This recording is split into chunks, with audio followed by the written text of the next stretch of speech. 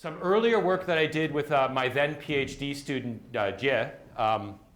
We did a couple of different projects involving mazes. The first was exploring the construction of mazes that are kind of abstract, not designed to look like anything in particular, but that were hard to solve. What makes a maze hard to solve? From a computer science point of view, that's kind of a boring question. Basically, all mazes are equally easy to solve. They're not hard. But that's okay. We can still think about the mix between computer graphics and human perception and try to say what makes mazes hard to solve. And we turn to the device called a vortex, which swirls around the entrances into some region in a maze and obfuscates the relationship between the entrances. Now here, these are all really easy because you can see there's no internal walls, so every entrance is connected to every other. But if I insert some extra walls, I can make it very hard for you to tell without actually tracing out these paths which entrance connects to which other entrance. So it's a nice device. And we started to build hard mazes by connecting together, snapping together vortices into different shapes. And so very simple technique. I set up a grid like this, and then I build a maze in that grid using very simple, straightforward computer science techniques. It's a nice exercise in introductory computer science. If you want to build a maze in like a planar embedding like this, you just start breaking walls, never allowing yourself to introduce a cycle, and it turns out that's just a spanning tree of the graph made by the cells in this graph. And you can use something like Kruskal's algorithm, and then you get to talk about the union find set data structure, which involves the inverse Ackermann function for its complexity, and it's really cool and sexy. And so if I break that down, I get a maze like this, and then I can put a vortex in each of these little arrangements of five quadrilaterals, and the connectivity of that vortex is dictated by how these cells are connected to each other. And I get a maze that looks like this, for example. And it's pretty hard to get from one dot to the other. There's no good way to eyeball it. You really have to trace it out. And in fact, this has a nice property, which is that the solution to this maze takes you into a vortex, out again, and then back into the other half of it later. So you kind of have this surprise moment of coming back and filling out the rest of that vortex. And so we played with this idea and built different arrangements of vortices to make hard mazes. Here's a fun one based on polyhedron. That's kind of cool. Okay, so in a later, and that, by the way, this paper was published in the Journal of Mathematics and the Arts. I'll talk a little bit more about that tomorrow. It was volume 1, issue 1, page 1. So it was the very first. Hopefully it set a precedent, right? Around the same time, we published a paper about making mazes based on images. So here, complexity, the difficulty of solving it wasn't necessarily the main goal, but we wanted the maze to look like a picture that you supplied. This is a semi-automated technique. The user had to do a little bit more work. But for example, the user would have to trace out the regions, divide the space of the maze into blobs, and then assign a texture into each blob. And our program would be able to apply that texture in a way that respected the conventions of maze design. So we identified a couple of textures, random, directional, and spiral, by looking at the work of professional maze designers. We also give the user the ability to control the solution path. Because, for example, if I want to design a Sphinx maze that goes from one eye to the other eye, and the computer says, well, that's easy, I'll just draw a path straight across between the eyes, that's no good from a puzzle design point of view. You want to force the solver to wander around inside the maze. So the solver, the program that we designed, will make sure that the solution path has the kind of topology of that red design. And you end up with maze like this. So there's a lot of other stuff going on in here. There's the texture that's being applied. We also vary the thickness of the paths and the spacing between them in order to reproduce the darkness of the original image. And there's a few other tricks, like trying to respect perspective foreshortening, for example. And we get some fun maze designs. And there's one more. Of course, you have to do the Minotaur if you're going to do a paper about maze design.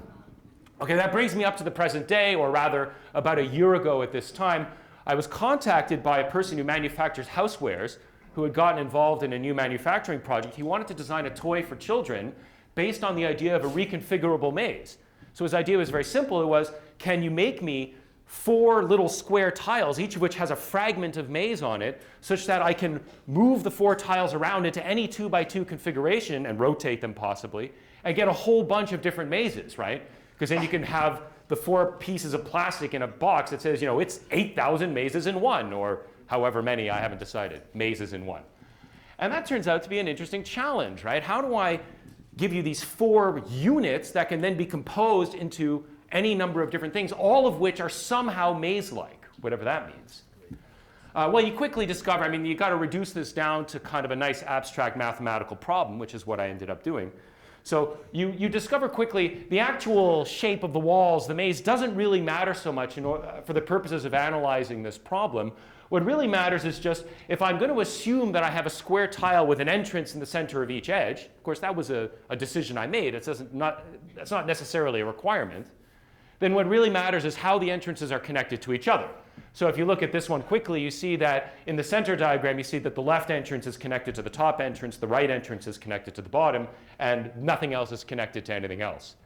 And I will represent that symbolically just by showing the 4 entrances as dots, and any entrances that are connected will have a path inside that square. And it's not hard to see that there are exactly 6 ways to do this up to symmetry. In fact, there are 14 ways to do this in all if you don't consider like rotations to be equivalent. And if you're interested in the combinatorics, those 14 different ways of connecting entrances to this maze correspond to the non-crossing partitions of 4 points on a circle. That doesn't really matter so much when I only have 4 entrances because that's already a fairly simple arrangement. But if we wanted to maybe generalize this or think about more complicated numbers of entrances, then probably the theory of non-crossing partitions would become important. So now, because I've reduced this down to this abstract problem, I can say that in order to design these 4 tiles, what I really need to do is pick 4 types with replacement. So I can say, well, what if I chose types 1, 1, 1, and 1? Could I get an interesting set of tiles to make these reconfigurable mazes? Or 1, 2, 3, 4, or 3, 4, 5, 6. And so I need to consider all possible ways of choosing 4 tile types from that set of 6. There are 126 of them. It's called multi-set combinations. It's kind of a generalization of the choose notation, and choose k. That's a little bit too much work. I mean, I could just consider each one in turn and fill up pages of notebooks with whether they work or not. But what I'd rather do is find some constraints on the design of mazes that simplify the space, right? Bring it down to a more manageable number. And it turns out that I can identify 2 constraints that immediately throw out most of those cases because they're not going to help me. They're not going to be good. And in order to do that, I'll define 2 subsets of the types. I will identify types 4 and 6 as being the complete types, and I call them complete because every entrance is connected to at least one other entrance. You'll notice that types 1, 2, 3, and 5, there's always at least one entrance that's going to end in a dead end. It's not connected to anything else. In fact, type 1 is all dead ends. So those are the complete types. The other subset I care about is types 2, 4, 5, and 6, and I'll call those the corner types because they have at least one corner, at least one way of connecting an entrance to the next entrance around the square. There's at least one way to do that. And that allows me to immediately rule out a whole bunch of possible choices of types. For example, if I have only corner types, if all 4 tiles are corner types, then I can easily find a configuration of tiles that produces a cycle. And I don't like cycles. I don't want to have a cycle in my maze. That's just a design constraint that I set out up front to, I want to avoid doing it. So that helps me a lot because it reduces the space I need to search through. And also, if I have even 2 tiles that are incomplete, there will always be a configuration in which those 2 dead ends meet. And if the 2 dead ends meet, then I produce a pocket of the maze that is not accessible from the outside world. It's sealed off in its own little world. And I don't like that. I want the whole maze to be explorable from the entrances around the outside. So just by applying these 2 constraints, I get from 126 tile sets down to 8. So that's great. I get all the way down to 8. I think I skipped something there. Yeah, hold on. I get from 126 tile sets down to 8, and through a few additional considerations that I don't have time to talk about here, I can throw away a few more of those 8 and get down to 3 or 4, a very small set, and then I can just consider those one at a time, and if those work, then those will be my answers, and that's the tiles that I can send back to the manufacturer who wanted to construct this toy in the first place. And so in the end, the set of types that we agreed on happens to be 3, 4, 4, 6. And you can see if you play with these tiles, and if I had any foresight at all, I would have put them on the tables cut out, and I don't have that much foresight.